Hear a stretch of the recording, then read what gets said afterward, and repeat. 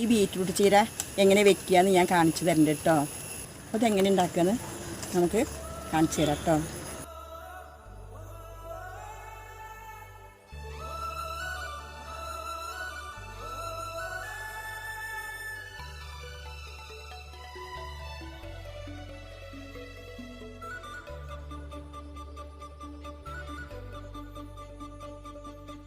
ഒന്നാങ്കിളി പൊന്നാങ്കിളി വന്നാങ്കിളി മാവിന്മേൽ രണ്ടാങ്കിളി കണ്ടു കൊതി കൊണ്ടു വരവുണ്ടപ്പോൾ മൂന്നാങ്കിളി നാലാങ്കിളി എണ്ണാതതിലേറെ കിളി അങ്ങോട് കൊത്തിങ്ങോട് കൊത്തായി കിളിച്ചുണ്ടൻ മാമ്പഴമീ കിളി കൊത്താ തേൻപഴമീ.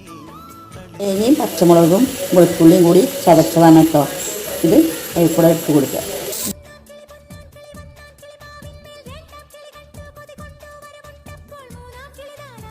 ചുവന്ന ചീര കൊണ്ട് വെച്ചത് കേട്ടോ. നല്ല സ്വാദാണ്.